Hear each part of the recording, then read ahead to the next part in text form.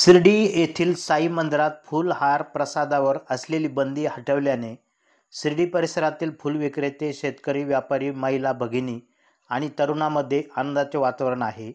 हा निर्णय अनेक वर्षांपासून प्रलंबित होता, कारण विषय न्यायालयीन होता. बंदीमुळे अनेक कुटुंबावर उपासमारीची वेळ आली होती. शिर्डीचे आमदार राधाकृष्ण विखे पाटील यांनी याबाबत पुढाकार घेतला आणि समिती स्थापन केली. या समितीने शेतकऱ्यांचे हित लक्षात घेऊन शिर्डी साई मंदिरात फुले वाहण्याची बंदी उठवण्याचा निर्णय घेतला. या निर्णयामुळे 384 हेक्टर क्षेत्रावर फुलाची शेती करणारे शेतकरी, त्यांच्यावर अवलंबून मजूर, व्यापारी आणि तरुण बांधव यांच्यात जल्लोषाचे वातावरण पसरले आहे. युवा नेते डॉक्टर सुजय विखे पाटील यांनी फुल विक्रेते, मार्केट, शेतकरी, व्यापारी आणि तरुणांशी संवाद साधला. त्यांनी सांगितले की लवकरच शेतकरी, व्यापारी, नगर परिषद आणि साई संस्थान सोसायटी यांची एकत्रित बैठक घेण्यात येणार आहे. यामध्ये त्रिसदस्यीय समितीद्वारे असा धोरणात्मक निर्णय घेण्यात येईल, कोणाचेही नुकसान होणार नाही आणि भक्ताची लूट होणार नाही. डॉक्टर सुजय विखे पाटील यांच्या आगमनाने शेतकरी आणि विक्रेत्यांनी फुलाची उधळण करत त्यांचे स्वागत केले. तसेच पुष्पगुच्छ आणि शाल देऊन त्यांचा सत्कार केला आहे. नाव आहे हे पाहून घ्या. हे सोपा विषय. आपण हे बोगे धंदा करत नाही, आपल्या करायची गरज नाही. हे डुप्लिकेट पण आपल्या रक्तात नाहीये. जे बोललं ते करून दाखवलं. आणि याच्यामध्ये मी तर म्हणत नाही की आम्ही केलं, मी म्हणतो हे बाबांनी केलं. आम्ही म्हणत नाही की आम्ही केलं, हे बाबांनी केलं आणि बाबांनी करून घेतलं. बाबांनी जेव्हा पाहिलं की अरे बाबा हे काय चालू आहे खाली, आणि जे लोक साहेबांना अडचणीत आणतात, बाबांना हे माहिती आहे की बाकीच्या लोकांच्या हातात जर शिर्डी दिली तर हे पूर्ण वाटोळं करून टाकतील, म्हणून बाबांनी साहेबांच्या पाठीमागे आशीर्वाद देऊन मागच्या 3 महिन्यामध्ये जे भाषणामध्ये प्रश्न मांडले गेले ते एक सुटत गेले. आणि आज या क्षणाला एकही मुद्दा विरोधकाकडे शिल्लक नाही. हे बाबांचा आशीर्वाद आपल्या पाठीमागे आहे. आपल्या सगळ्यांच्या प्रयत्नातून आपण जो विश्वास आमच्यावर ठेवला, जे दुःख आमच्याबरोबर सहन केलं, आमच्यासाठी लोकांचं ऐकून घेतलं, तरी सुद्धा आम्हाला सोडलं नाही, त्या निष्ठावंत फुल उत्पादकांचा आज विजय आहे. मला मुद्दामून या ठिकाणी सांगायचं आहे. म्हणून आपण सर्वजण आलात, सगळ्यांचे मनापासून आभार. आता तुम्ही पहा, उद्या परत मी आलो ना, आज उद्या परत कोणतरी येईल. प्रतिसाद नाही, हे काम कोणी केलं आम्हाला माहिती, तुम्हाला माहिती.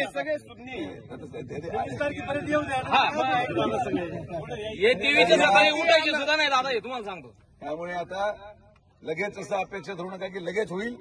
आपण दिवाद म्हणून मला घाई करायची नाही. निकाल आपल्या हातात आहे. फुलाला परवानगी मिळालेली आहे. घाई गडबड करून चुकीचा निर्णय होण्यापेक्षा 4 दिवस अजून शांतता धरू. प्रॉपर 4 शेतकऱ्यांचे प्रतिनिधी, जे तुमच्यामधले असतील 4 प्रमुख, ज्यांचं प्रमुख उत्पादन आहे त्यांचे प्रतिनिधी, एम्प्लॉई सोसायटीचे चेअरमन विठ्ठलराव असतील आणि त्यांचे व्हाईस चेअरमन. मी आता त्यांच्याबरोबर फोनवर कालच बोललो की म्हटलं आपल्याला बसायचंय. बाजार समिती तर आपल्याकडेच आहे आणि संस्थांचा प्रश्न जातो कुठं, सरकार आपलं आहे. आणि त्यामुळे कोण कुठं जात नाही. प्रॉपर बसून कशा प्रकारे भाव ठरवला जाईल, कशा प्रकारे शेतकऱ्यांना नुकसान होणार नाही, कशा प्रकारे बाजार समितीला 1 रुपये नको याच्यामध्ये, पण जो फुल विक्रेता आहे त्याला देखील आपण कसं न्याय देता येईल, त्याचंही घर चाललं पाहिजे, तुमचंही घर चाललं पाहिजे आणि भक्तांना देखील अडचण येता कामा नये. यासाठी एक नियमावली बनवावं लागेल. न्यायालयाच्या आदेशाप्रमाणे जी नियमावली माननीय कलेक्टर म्हणजे भोसले साहेब यांच्या अध्यक्षतेखाली जी कमिटी होती त्यानुसार आपण हा सगळा मार्ग काढणार आहोत.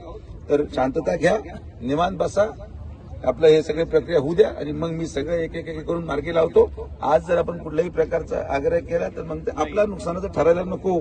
कारण की भाव, तुमचं फुलाचा भाव दिवसातून 3दा बदलतो, 5-5 मिनिटापासून. म्हणून ती गडबड होतो. आपण ते गडबड केली तर नुकसान आपल्या लक्षात घ्या.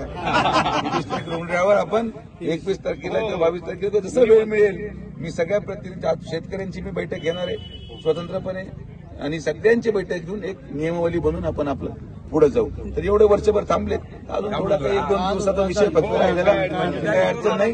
काही अजिबात करायची नाही. आपल्या हिताचा प्रश्न आहे, आपल्या भवितव्याचा प्रश्न आहे. आता फुल चालू होण्याचा आदेश झालाय, त्यामुळे आता कोणी परत मागे जाऊ शकत नाही. आणि जरी कोणी उद्या एखादा हुशार माणूस सुप्रीम कोर्टात जाऊ शकतो, समजा असं धरून झाला 1% तर इथं मी उभा आहे, काहीच होत नाही. आपण माननीय सर्वोच्च न्यायालयामध्ये आजच कॅबिनेट दाखल करणार आहोत, त्यामुळे याला स्थगिती मिळू शकत नाही. त्यामुळे निश्चिंत काही काळजी करायचं कारण नाही. तर आपण सर्वजण आलात, सगळ्यांचे मनापासून आभार. ताकदीने उभे राहा, ताकदीने लढा आपल्या भवितव्यासाठी. एक नंबरचं बटन माननीय नामदार राधाकृष्ण विखे पाटील साहेबांच्या पाठीमागे गंभीरपणे उभं राहून सरकारमध्ये आणि महाराष्ट्रामध्ये एक नंबरचं मत नक्की आपल्या साहेबांना मिळावं. 1,00,000 आपलं लीडचं टार्गेट आहे, तिथं पोहोचायचं आहे. हे उत्तर आपल्याला द्यायचं. लोक म्हणतात नाही यावेळेस 50 यावेळेस 75 आपलं 1,00,000 टार्गेट 65 90 आणि 90 आता 1,00,000 हेच टार्गेट आपलं असलं आपण सर्वजण आलात. सगळ्यांचे मनापासून आभार. प्रवरा न्यूजसाठी पत्रकार विजय बोडखे, प्रवरा परिसर या यूट्यूब चॅनलला सबस्क्राईब करा.